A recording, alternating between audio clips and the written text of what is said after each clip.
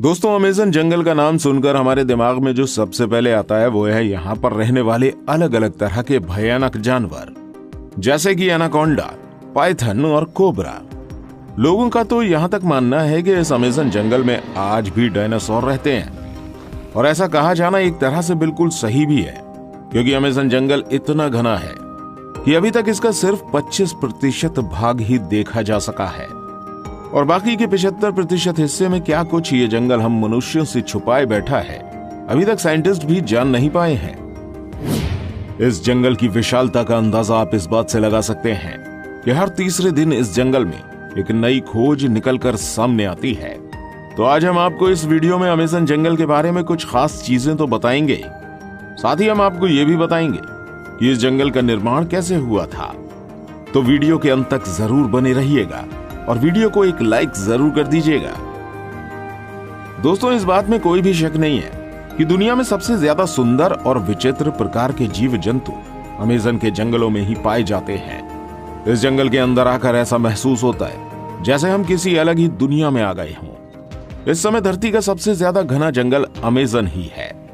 इस जंगल में पाए जाने वाले एनाकोंडा बाकी देशों की तुलना में काफी ज्यादा बड़े होते हैं। इसके अलावा इस जंगल में प्राचीन वक्त के भयानक सांपों को देखे जाने का भी दावा किया जाता है, क्योंकि इस जंगल का क्लाइमेट बिल्कुल वैसा है जैसे कई लाख साल पहले धरती का हुआ करता था।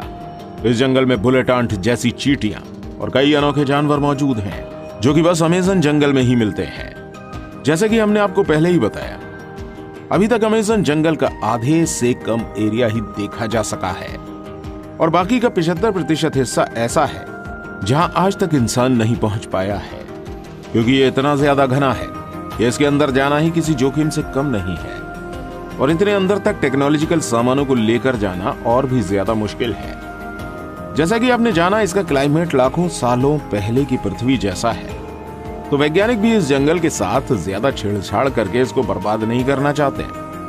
अमेज़न जंगल के अंदर जानवरों के अलावा आदिवासियों की कई प्रजातियां भी निवास करती हैं, और इस जंगल के अंदर कई प्रजाति तो ऐसी भी हैं जिनके बारे में हमें अभी तक कुछ भी नहीं पता है।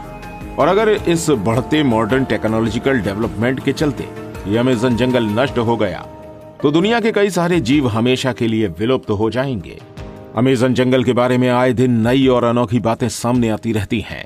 अक्सर यहाँ पर कई तरह के एक्सपेरिमेंट और स्टडी चलती रहती है। जैसे कि अभी कुछ साल पहले, साल 2017 में लीड्स यूनिवर्सिटी ने एक रिसर्च में पाया कि अमेज़न जंगल जितनी कार्बन डाइऑक्साइड ग्रहण करता है उतनी और कहीं नहीं जाती है। इसके चलते यहाँ पर कार्बन एम्बिशन बहुत कम है, और यही कारण है कि यहाँ का वातावरण इतना अच्छा है। साइंटिस्ट कार्लोस नोबेल अपनी रिसर्च में बताते हैं कि जिस तरह से अमेज़न जंगल को आज के समय काटा जा रहा है वह इस पृथ्वी के लिए बहुत ज्यादा नुकसानदेह हो सकता है, क्योंकि ये जंगल पूरी दुनिया को 20% से अधिक साफ ऑक्सीजन प्रदान करता है।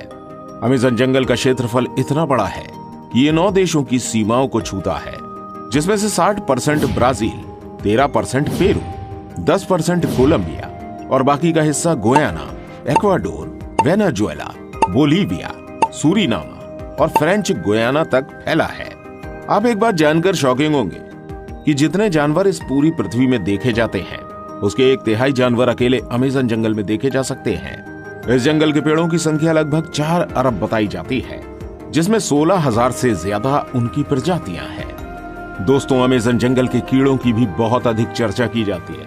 कहा जाता है कि यहाँ जितनी तरह के कीड़े और जीव जंतु मिलते हैं उनमें से कुछ ही फीसदी के बारे में साइंटिस्ट अभी तक पता लगा पाए हैं। यहाँ पर पाई जाने वाली बुलेट चींटियां कोई साधारण चींटियों जैसी नहीं है।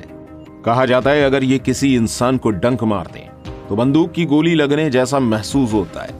देखने में भले ही ये नॉर्मल चींटियों की तरह छोटी ही है, लेकिन इनके डंक में बहुत ही खतरनाक जहर पाया जाता है। चींटियों के बाद यहाँ पर मकड़ियों की भी चर्चा बहुत अधिक होती है, क्योंकि यहाँ पर मकड़ियों की 3000 से ज्यादा प्रजातियां पाई जाती हैं, जिनमें से ज्यादातर खतरनाक और जहरीली ही होती हैं। इस जंगल की टेरेंटोला मकड़ी को सबसे ज्यादा खतरनाक बताया जाता है। कहा जाता है ये मकड़ी अपने बालों को खतरनाक वेपन्स की तरह उपयोग करती है। अगर गलती से ये किसी इंसान की आंख में लग जाए तो बुरी तरह से घायल कर देती है। अब इतने कमाल के और छोटे जानवर बस यहीं देखने को मिलते हैं। तो ये तो हो गई इस जंगल के बारे में कुछ खास बातें, लेकिन इन सब से जो बेहद खास है वो ये है कि ये जंगल बना कैसे। ये जानकर आप जरूर चौंक जाएंगे, क्योंकि आप कह सकते हो कि अमेज़न जंगल जिस तरीके से बना है उसने लगभग आधी पृथ्वी को बर्बाद कर दिया है। अभी हाल ही में कुछ स्टडी से पता चला है कि डायनासोर जैसे बड़े जीवों को मारने वाला एस्टेरॉयड एक नए नियोड ट्रॉपिकल जंगल के निर्माण के लिए जिम्मेदार है। इन ट्रॉपिकल जंगलों का निर्माण एक एस्टेरॉयड के कारण हुआ, जो आज से लगभग 65 मिलियन साल पहले पृथ्वी से टकराया था, और इसके बाद क्रिटेशियस मास एक्सटिंक्शन हुआ था, जिसने धरती के पूरे रुख को ही बदल दिया।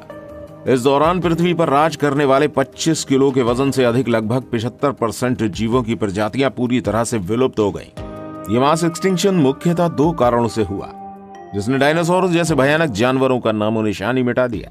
सबसे पहले लगभग 65 मिलियन साल पहले 10 किलोमीटर साइज जितना विशाल एस्टेरॉयड हमारी धरती से आ टकराया, और इस एस्टेरॉयड के पृथ्वी से टकराने के कुछ ही टाइम बाद कई किलोमीटर दूर तक आग का गोला फैल गया। इस आग के गोले ने रास्ते में आने वाले सभी बड़े जीवों की प्रजातियों को पूरी तरह से नष्ट कर दिया। इस एस्टेरॉयड की टक्कर में समुद्र में कई किलोमीटर ऊंची खतरनाक लहरें उठी, जिन्होंने चारों तरफ तबाही मचा दी। इस टक्कर के कारण निकली धूल कुछ ही वक्त में पूरे आसमान में फैल गई, जिसकी वजह से हमारी धरती का वायुमंडल काफी वक्त के लिए धूल और गैस से ढका रहा, जिसके कारण सूरज से आने वाली प्रकाश की किरणें धरती की सतह पर नहीं पहुंची, जिसकी वजह से धरती का तापमान कई डिग्री सेल्सियस तक गिर गया। इस महाप्रलय की वजह से जीव जंतु और पेड़ पौधे बुरी तरह से नष्ट हो गए। अब कुछ महीनों के बीतने के बाद धीरे धीरे पृथ्वी के वायुमंडल से धूल और गैस के बादल साफ होना शुरू हुए, और प्रकाश की किरणें एक बार फिर से धरती पर पहुंचने लगी। इस मास एक्सटेंशन के बाद चूहे की तरह दिखने वाले मैमल्स और दूसरे जीवों की प्रजातियां अस्तित्व में आईं, जिन्होंने कई लाखों सालों के एवोल्यूशन के बाद मैमल्स से बंदर और बंदरों से इंसानों का रूप लिया। यह एस्टेरॉयड यानी उल्कापिंड हमारे जीवन के लिए बहुत ही ज्यादा जरूरी था। अगर ये उल्कापिंड पृथ्वी से नहीं टकराया होता तो डायनासोर कभी खत्म ही नहीं होते, और हम इंसानों का अस्तित्व कभी सामने आ ही नहीं पाता। और यह एस्टेरॉयड यानी उल्कापिंड ही वो कारण है जिसकी वजह से अमेज़न जंगल इतना ज्यादा घना है, जहां पर कई अनेकों जीव रहते हैं। दरअसल आज जिस जगह पर अमेज़न जंगल है वहां पर डायनासोर के समय बहुत ही लंबे पेड़ हुआ करते थे, लेकिन डायनासोर की प्रजाति में कई शाकाहारी डायनासोर भी होते थे, जो कि इन पेड़ों को बढ़ने का मौका कभी नहीं देते थे, क्योंकि वो इन पेड़ों को बढ़ने से पहले ही खा जाया करते थे। लेकिन जब उल्कापिंड गिरा तो डायनासोर पूरी तरह से विलुप्त हो गए। अब इसके बाद इन पेड़ों को खाने वाला कोई नहीं था, लेकिन जो ये उल्कापिंड था वो बिल्कुल ठीक अमेज़न जंगल के ऊपर गिरा था, जिसकी वजह से उस टाइम में ये जंगल पूरी तरह से नष्ट हो गया था।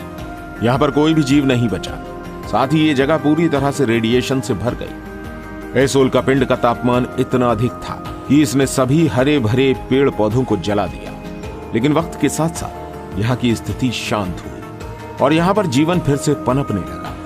पेड़ पौधे उगना फिर से शुरू हुए, लेकिन अब की बार पेड़ पौधों को खाने वाला कोई जीव मौजूद नहीं था, जिसकी वजह से पेड़ पौधे बड़ी तेजी से बढ़ गए। यहाँ पर कह सकते हैं कि जिस रेडिएशन ने इस जंगल की जगह को बर्बाद कर दिया था, उसी ने इन पेड़ पौधों को उगने में और ज्यादा मदद की, क्योंकि इस उल्कापिंड के गिरने की वजह से यहाँ की जमीन बहुत ही ज्यादा नर्म और फर्टिलाइज हो गई थी। ये जंगल बाकी सभी जंगलों से बहुत ही ज्यादा अलग दिखता है। अगर इसको ऊपर से देखा जाए तो दुनिया के बाकी जंगल और अमेज़न जंगल के बीच का अंतर साफ देखा जा सकता है। अमेज़न रेन फॉरेस्ट के अंदर बहुत सी ऐसी अजीब तरह की वनस्पतियां और पेड़ मौजूद हैं, जो पूरी दुनिया में और कहीं देखने को नहीं मिलते हैं। इसके अलावा अमेज़न जंगल की बहुत ही ज्यादा गहराई में क्या है, यह अभी तक कोई नहीं जानता है, क्योंकि किसी ने इसको पूरी तरह से देखा ही नहीं है। हो सकता है उल्कापिंड से गिरने की वजह से इस जंगल के अंदर एक अलग ही दुनिया बन गई हो। यहाँ पर पेड़ पौधे बाकी किसी भी जंगल से बहुत ही ज्यादा घने हैं, और ये भी कहीं ना कहीं उस उल्कापिंड से ही जुड़े हैं। आपको एक बात शायद पता होगी कि जब भी कोई वोल्केनो फूटता है तो उसके आसपास की सारी जगह लावा की वजह से बर्बाद हो जाती है, लेकिन यही लावा कुछ सालों बाद नए जीवन की शुरुआत करता है। ये प्रकृति का नियम है, इसलिए तो कहते हैं किसी चीज का अंत किसी के लिए आरंभ होता है। क्रिटेशियस मास एक्सटिंक्शन से पहले भी 4 एक्सटिंक्शन हुए थे। ये एक्सटिंक्शन थे Ordovician mass extinction, Devonian mass extinction, Permian mass extinction और ट्रायसिक जोरासिक मास एक्सटिंक्शन। और इसके बाद हुआ था क्रिटेशियस मास एक्सटिंक्शन। और इन्हीं सब एक्सटिंक्शन की वजह से धरती के एक जीवन को नष्ट होना पड़ा, जिससे नए जीवन को अस्तित्व में आना पड़ा। वैसे ही एक वक्त आएगा जब इस धरती से हम मानवों का नामो निशान मिट जाएगा। इसके बाद दूसरा जीवन आएगा और वो होगा छठा मास एक्सटिंक्शन। और देखा जाए तो हम इंसान इतनी तेजी से एक्सटिंक्शन की तरफ बढ़ रहे हैं क्योंकि जिस तरह से हम पृथ्वी को प्रदूषित कर रहे हैं और धरती से जंगलों को साफ कर रहे हैं, उस हिसाब से ये एक्सटिंक्शन कभी भी हो सकता है। बस इस वीडियो के लिए इतना ही था। अगर आप अमेज़न जंगल के रहस्यों को थोड़ा और डिटेल में जानना चाहते हैं तो स्क्रीन पर शो हो रही इस वीडियो को देख सकते हैं, जिसमें हमने अमेज़न जंगल के कुछ खास रहस्य और शेयर किए हैं।